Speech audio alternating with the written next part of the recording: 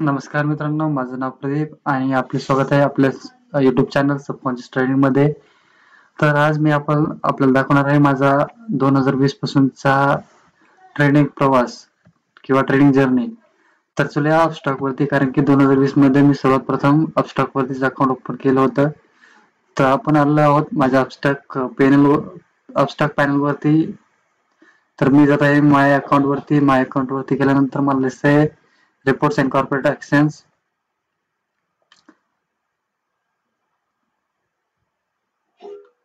तर इथं रिपोर्ट्स मध्ये गेल्याच्या नंतर खूप सारे ऑप्शन्स दिसतात, ledgers, profits and loss, holding, trade, bills. तर मी जात आहे प्रॉफिट अँड लॉस वरती. सेगमेंट चूज करत आहे 2020 मध्ये इक्विटीज आणि फायनान्शियल इयर्स मी 2020-21 सिलेक्ट केलं आहे. गेट रिपोर्ट वरती क्लिक केलंय. तर माझा 2020-21 चा प्रॉफिट अँड लॉस संपूर्ण होतं 2935 रुपये. टॅक्स आणि ब्रोकरेज मला भरावं लागलं 1149 रुपये आणि नेट पेनल माझ्या हातात राहिले 1785 रुपये. तर आपण जातो 2021-22 मध्ये आणि मी काय केलं हे बघूया. तर 327 रुपये हा माझा ग्रॉस प्रॉफिट राहिलं. चार्जेस मला 595 रुपयांचे लागले आणि 267 रुपयांच्या लॉसेस मध्ये मी आहे. मी 2021 मध्ये ऑप्शन्स मध्ये ट्रेड करायला सुरुवात केली होती. तर पाहू आपण 2022 आणि 23 चं P&L. 74 रुपये प्रॉफिट, 215 रुपये चार्जेस आणि 141 रुपये ब्रोकरेज. आता फायनान्शियल इयर 2023 आणि 24 पाहू. यावर्षी मी अपस्टॉक मध्ये कोणताही ट्रेड केला नाही. आता आपण काय करूया, सेगमेंट चेंज करून पाहूया. मी 2021 आणि 22 मध्ये ऑप्शन्स मला चालू केली होती आणि त्याचे काय चुका केल्या आहे पण मी तुम्हाला माझा अनुभव सांगणार आहे. तर फायनान्शियल इयर्स आपण 2021 पासूनच पाहू. इथे कोणताही ट्रेड नसेल. 2020-21 एकदा पाहूया आपण.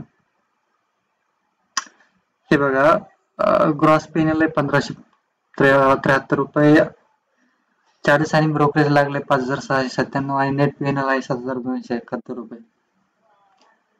तर तुम्ही पाहू शकता की प्रॉफिट तर लॉस खूप छोटा आहे, पण ब्रोकरेज आणि टॅक्स कमी जास्त लागलेले आहेत आणि हाच माझा मायनस पॉइंट आहे. 2022-23 आपण एकदा पाहूया. 2091 रुपयांचा लॉस आहे, 1662 रुपयांचा ब्रोकरेज आणि टॅक्स आहे आणि 1456 रुपयांचा नेट पेनल आहे. ब्रोकरेज इथं 1100 रुपये लागले, सेंट्रल जीएसटी लागले 120 रुपये, सेबी फीस लागली 0.33 पैसे, सिक्युरिटीज ट्रान्झॅक्शन टॅक्स लागला 84 रुपये, स्टॅम्प ड्युटी लागली 1 रुपये, स्टेट जीएसटी लागली 120 रुपये 52 पैसे, ट्रान्झॅक्शन चार्जेस लागला 179 रुपये आणि टोटल झाले 1665 रुपये. 2023-24 एकदा पाहूया आणि यानंतर मी तुम्हाला अपस्टॉकचे जे झाले ते एक्सप्लेन करतो. तर यावर्षी आपण अपस्टॉक मध्ये कोणताही ट्रेड प्लेस केला नाहीये. मी स्विच झालो होतो अपस्टॉक वरतून झिरोधा वरती.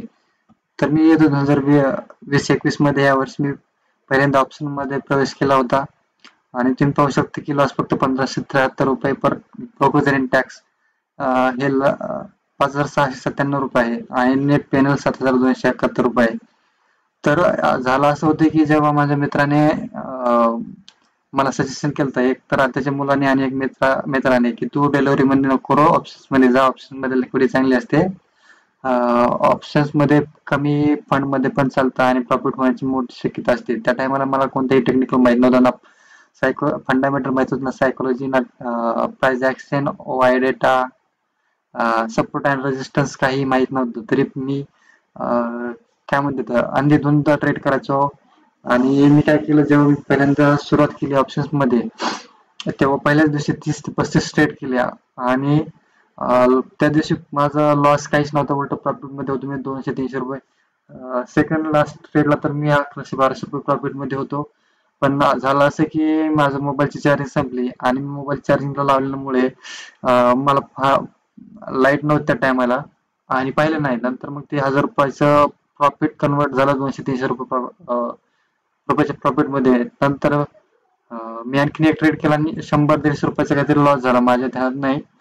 पण मला वाटलं समजा मी 30 ट्रेड केले होते इक्विटी मध्ये, मी काय करायचो डेलिव्हरी मध्ये ट्रेड करायचो, तर मला चार्जेस जास्त लागत नव्हते. अमाऊंट मोठी नव्हती माझी, 3,000 ते 4,000 रुपये फक्त. तर झालं असं की मग दुसऱ्या दिवशी की झालं असं की मला वाटलं माझं ब्रोकरेज एंड टॅक्स लागेल 300-400 रुपयाला झालं, 300 किंवा 475 लागेल. तर दुसरं माझ्या अकाउंट मध्ये ते 7,000 रुपयाच्या आसपास काहीतरी. तर त्यातले पहिल्याच दिवशी मला टॅक्स आणि ब्रोकरेज कटला 2100 रुपये. मी अपस्टॉकच्या अपस्टॉक मध्ये फोन केला आणि त्यांना विचारलं की हे कशामुळे झालं असेल, तर त्यांना सांगता आलं नाही. ते तर म्हणे तुझं ओपनिंग बॅलन्स 4,200 रुपये दाखवते. मी माझं नाही, माझ्या अकाउंट मध्ये 7,000 रुपये किंवा 6,500 रुपये होते, माझ्या एवढे ध्यानात नाहीये. तर त्यांनी मला तिकीट ट्रेस करायला लावलं, ते पण नवीन असतील. तर दुसऱ्या दिवशी मी तसेच ट्रेड केले, 30-35 ट्रेड केले, मग तेवढंच ब्रोकरेज लागलं, 2,000 रुपये राहिले.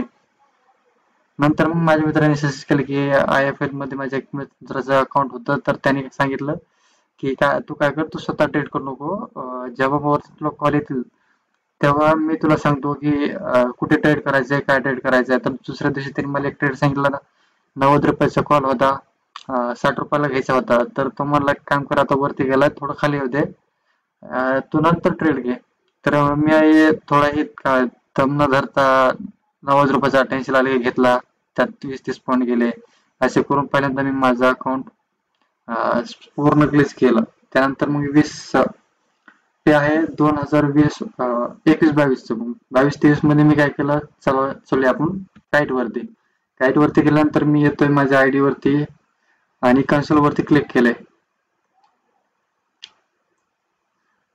रिपोर्ट्स मध्ये चाललोय मी, प्रॉफिट अँड लॉस वर क्लिक केलंय. सेगमेंट आपण पहिल्यांदा इक्विटीज पाहू. तिथं सोडलं होतं, ठीक आहे, प्रिव्हियस इयरचं पाहू आपण.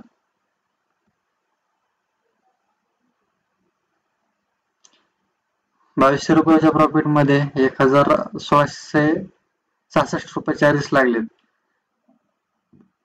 आणि पीएनएल आहे 464 रुपये. त्यावेळेस ठीकठाक मागच्या वर्षी झालं होतं. करंट इयर मध्ये पाहू, 2,000 रुपयाचा लॉस आहे. 2200 रुपये चार्जेस लागलेत आणि 46 रुपये,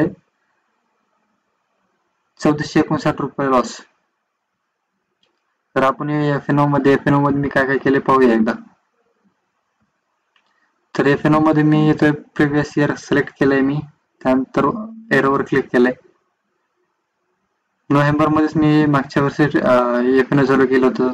तुम्ही पहा, पहिल्याच दिवशी प्रॉफिट आहे 2442 रुपये, दुसऱ्या दिवशी 300 रुपये, 2 रुपयाचा लॉस, 618 रुपयाचं प्रॉफिट, 1178 रुपयाचा लॉस. तर हे बघा, मी प्रॉफिट मध्ये असून लॉस मध्ये आहे. माझ्या चार्जेस लागले 7,444. किती महिन्यात? 1, 2, 3, 4, 3 महिने कम्प्लीट असतील. तर या वर्षीच्या बहुत या वर्षी आपण काय केलंय,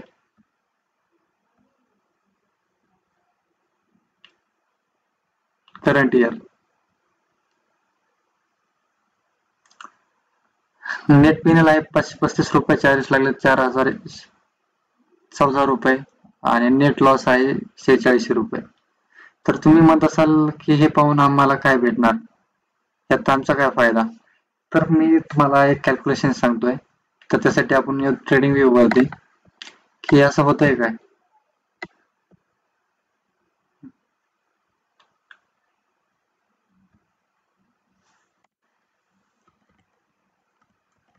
तुम्ही पाहिलं असेल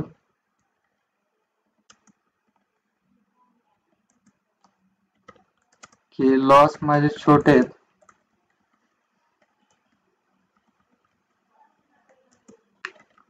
पण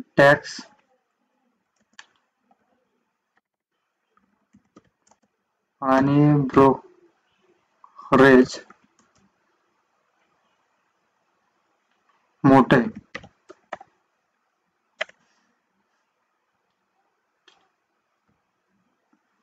तर मी तुम्हाला एक लहान कॅपिटल असल्याचा डिसएडव्हान्टेज सांगतोय. तर यासाठी आपण चालतोय बँक निफ्टीच्या कॉलवरती. मी तुम्हाला दाखवतो. 15 क्वांटिटीला ही टॅक्स लागतो बघा.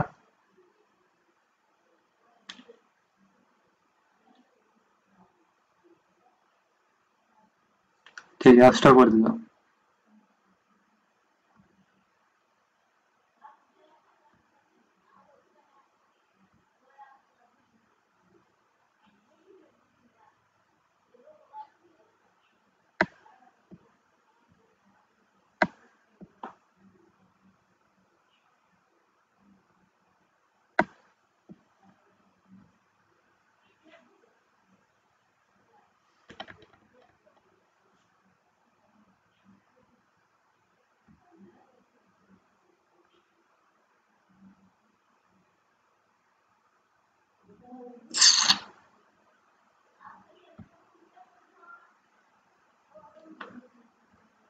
तर मी सांगू इच्छितो की तुम्हाला एक लॉट जरी घ्यायचं असेल तर 28 रुपये टॅक्स आणि ब्रोकरेज बाय लागतात. तेवढंच सेलला पण लागतं. म्हणजे 28 नंतर 57 रुपये पर ट्रेडला लागतो. आणि तुम्ही जर 5 ट्रेड मारले तरी तुम्हाला 40 रुपये ट्रेड लागेल, म्हणजे 80 रुपये लागतील. तर त्यामुळेच एक छोटी कॅपिटल असेल तर त्याचा एक डिसएडव्हान्टेज आहे. तर त्यासाठी माझं सजेशन आहे की तुम्ही फक्त ट्रेडिंग वरतीच नका हे करू, अनदर इन्कम सोर्सेस वरतीही लक्ष द्या. त्यासाठीच मी युट्यूब चॅनल खोललेला आहे की युट्यूब पण मधून काही अर्निंग झाली तर मी तिकडेही त्याचा यूज करू शकतो. आणि सायकोलॉजीसाठी खूप मोठा पॉझिटिव्ह पॉइंट आहे हा. तर असेच व्हिडिओ पाहण्यासाठी आमच्या चॅनलला सबस्क्राईब करा. भेटूया पुढच्या